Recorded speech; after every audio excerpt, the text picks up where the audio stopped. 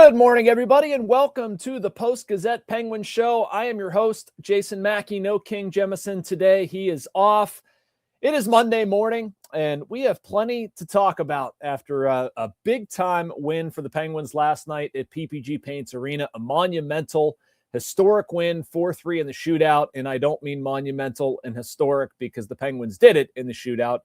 You probably know by now Sidney Crosby tied and passed Mario Lemieux's career points record. Just something else. I'm kind of at a loss for words, although I'm not at a loss for words. I've written a whole lot about that. Make sure you check out a few stories at post-gazette.com. I want to talk about those today. I want to talk about just the emotions in the building last night, what this win can maybe mean for the Penguins. A big one tomorrow night at Toronto. And then the Christmas break, a chance for the Penguins to recalibrate. But obviously, things have not gone terribly well for them recently. No shocker there. An 8-game losing streak. I was in Montreal a couple nights ago, in Ottawa as well.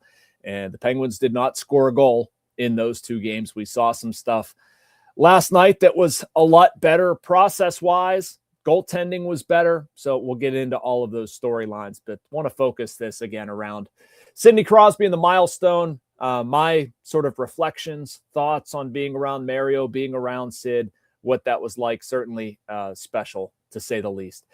First, before we do that, though, we have a sponsor, sportsbook.fanduel.com. If you want to bet on anything, I was tinkering there this morning, and I have not done this, but I think maybe it's worth a try. There are 4 games on the NHL slate tonight, and you can go and pick what is going to be your highest scoring team, or which is going to be your highest scoring team. Again, sportsbook.fanduel.com. NHL, look at puck drop specials and then select highest scoring team. Some of the odds there, they jumped out to me. The Ducks plus 350 against the Kraken. Lightning plus 390 against the Blues. The Kings plus 500 against the Blue Jackets. Flyers plus 650 against the Canucks. Again, check all these out. But the one that jumped out to me was actually at the bottom. Blues plus 1,200 at the Lightning. I don't know. Blues are 5-4-1 in their past 10. Lightning 3-6-1 in their past 10.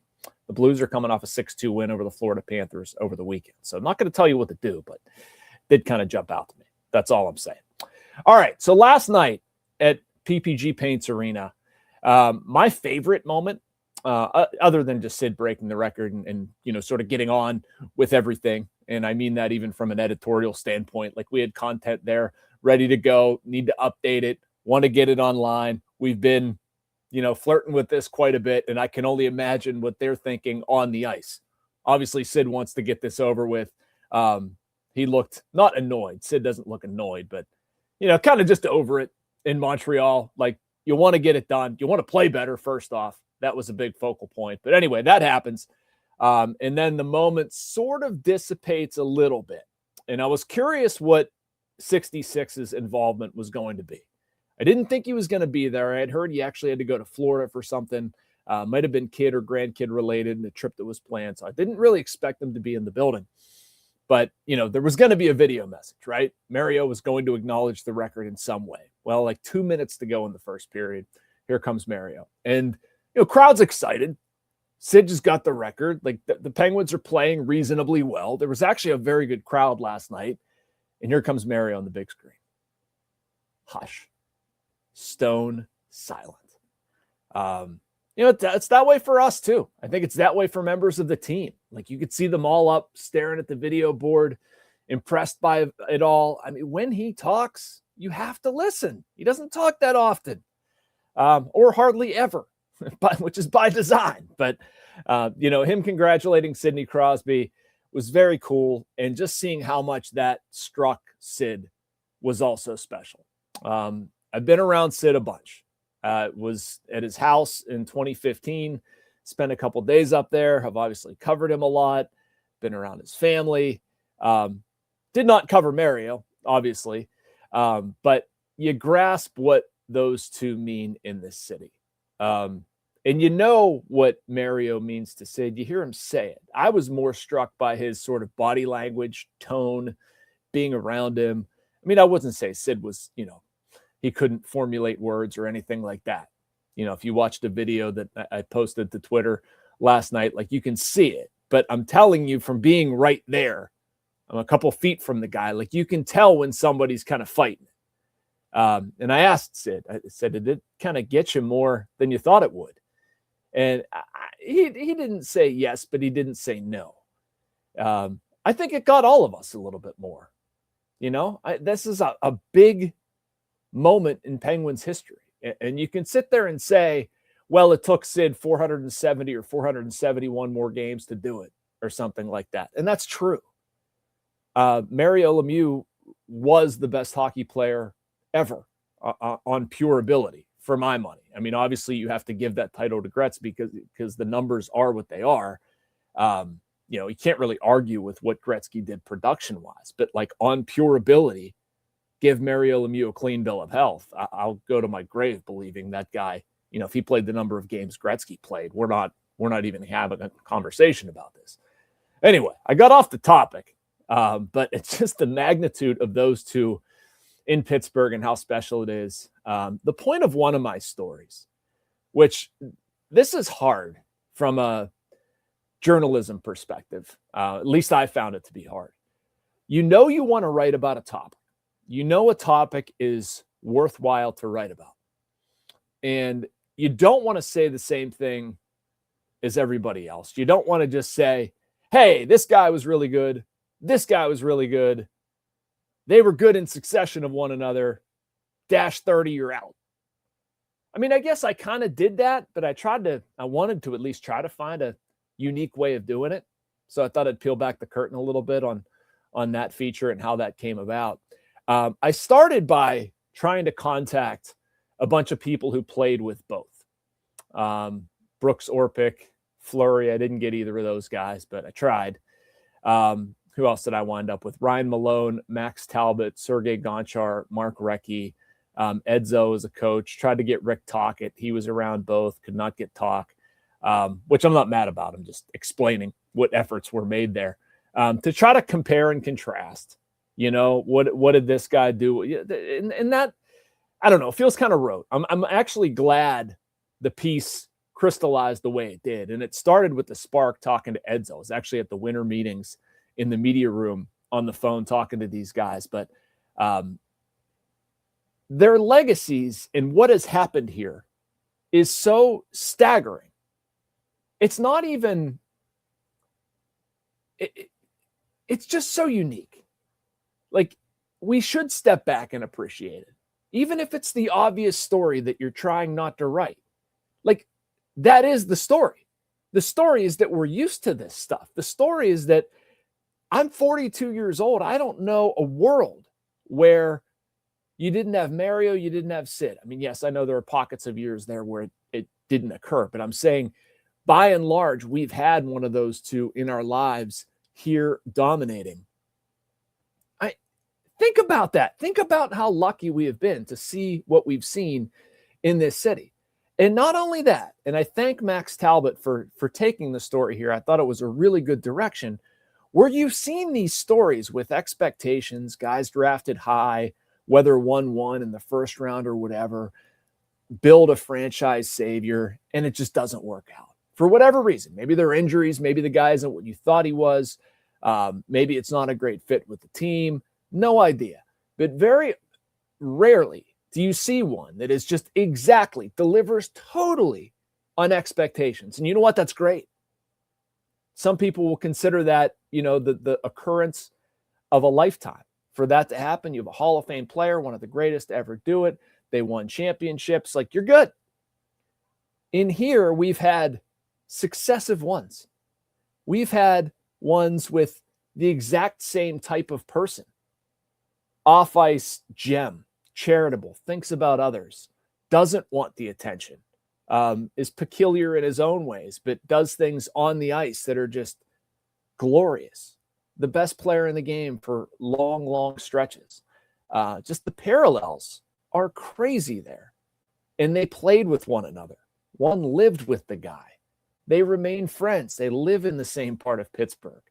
Their families are close. Like, that is crazy if you step back and think what that means. So I think it's okay. I think it's okay if we can appreciate that for a beat. It was okay last night appreciating it for a beat. I know I enjoyed it. I hope you did too. Very special night at PPG Paints Arena. All right, going to take a short break. Then I want to talk a little bit more hockey. I want to talk a little bit about what we saw last night in that game, what we've seen over the past week, where things may go. A little more on-ice focus rather than Sid and Mario. Stay with us after the world's quickest break.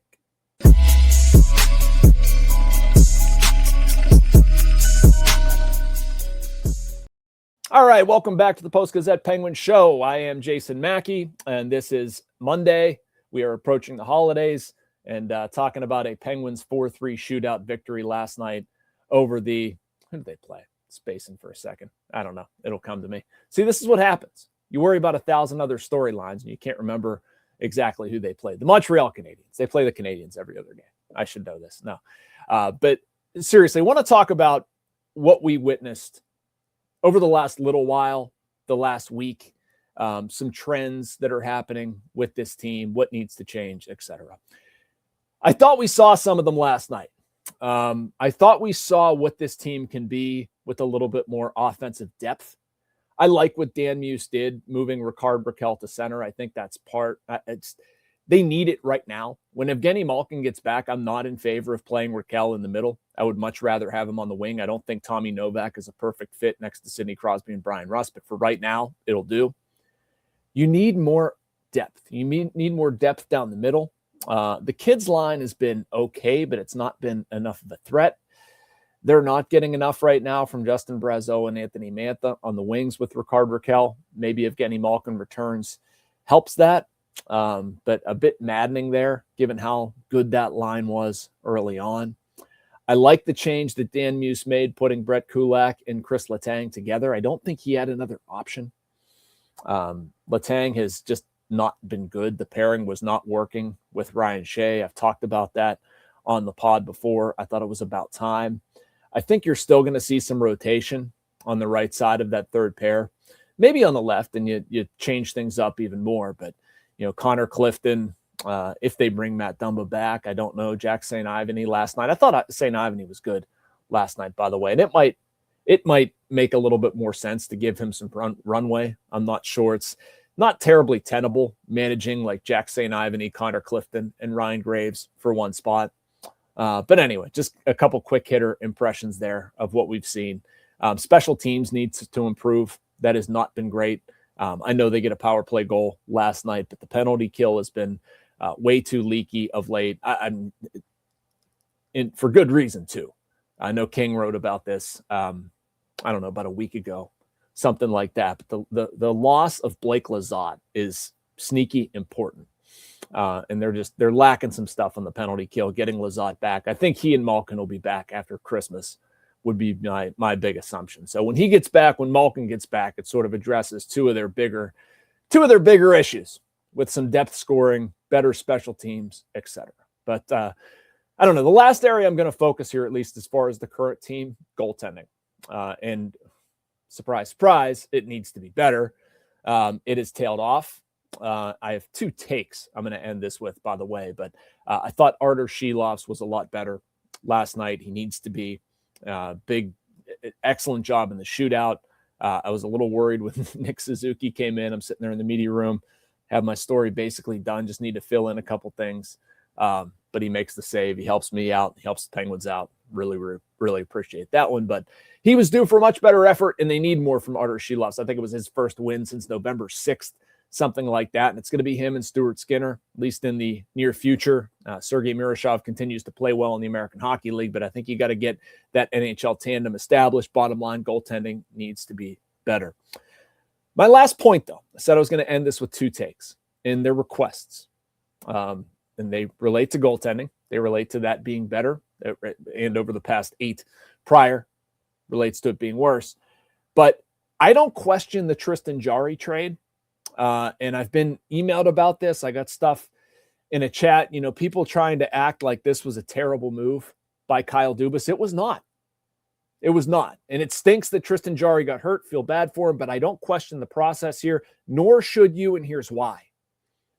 They're set up goaltending-wise for the future, right? Sergei Murashov is the guy. He's going to be the guy. When you have that, you take advantage of an asset that you have at the highest level, and you you trade it. I mean, Tristan Jarry, as much as I liked what he did this season, I worried it was going to expire. I worried something was going to change. I think we saw that with the injury. Not that I'm looking to celebrate an injury, but you know what I mean.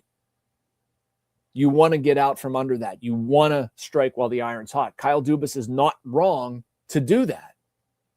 I think people knew that they were going to make that move. And I frankly, I don't think it was that.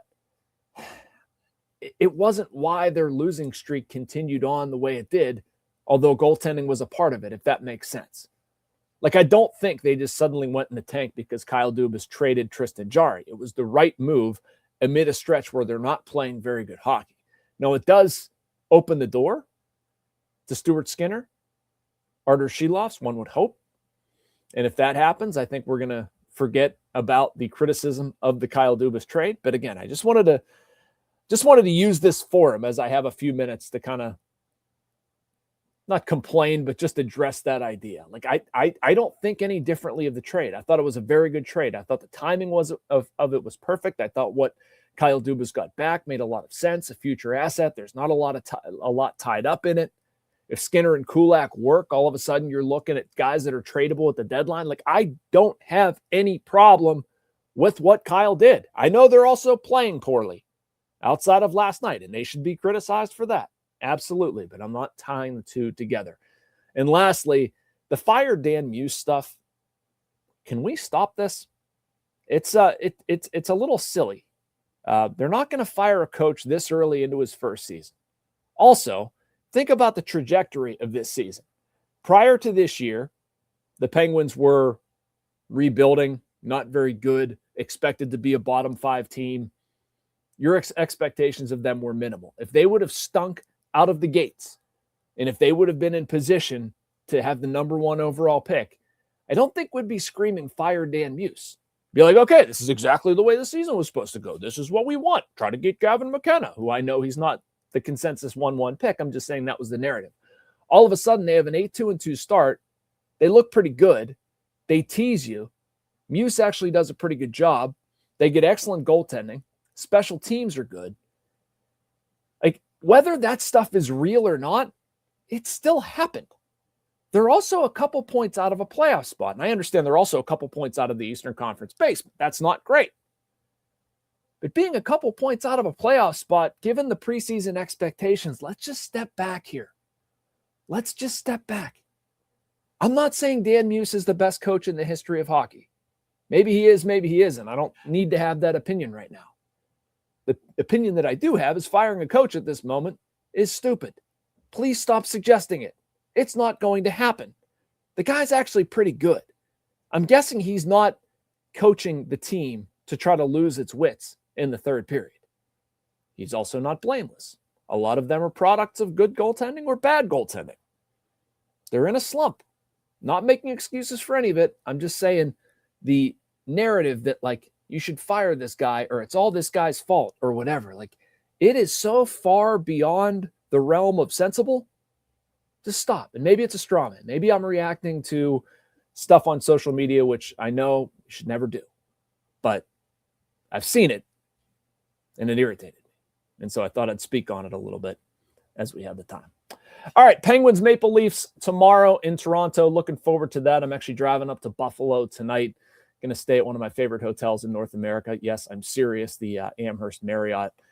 Buffalo rocks. It's an underrated city. I'll drive to Toronto day of the game, drive home a little bit, try to get back as early as possible on Christmas Eve. Excited for the holidays. I hope you are too.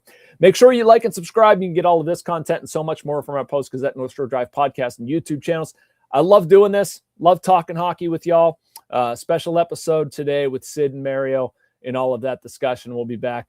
I don't know if we're going to have, I'll probably skip one day, Wednesday or Friday. And I don't think we need 3 podcasts the week of Christmas, but at some point we'll be back on here to talk a little bit, probably depending on how interesting the game against the Maple Leafs turns out to be. But again, thanks for watching and talk to you soon here on the Post-Gazette North Shore Drive podcast and YouTube channels.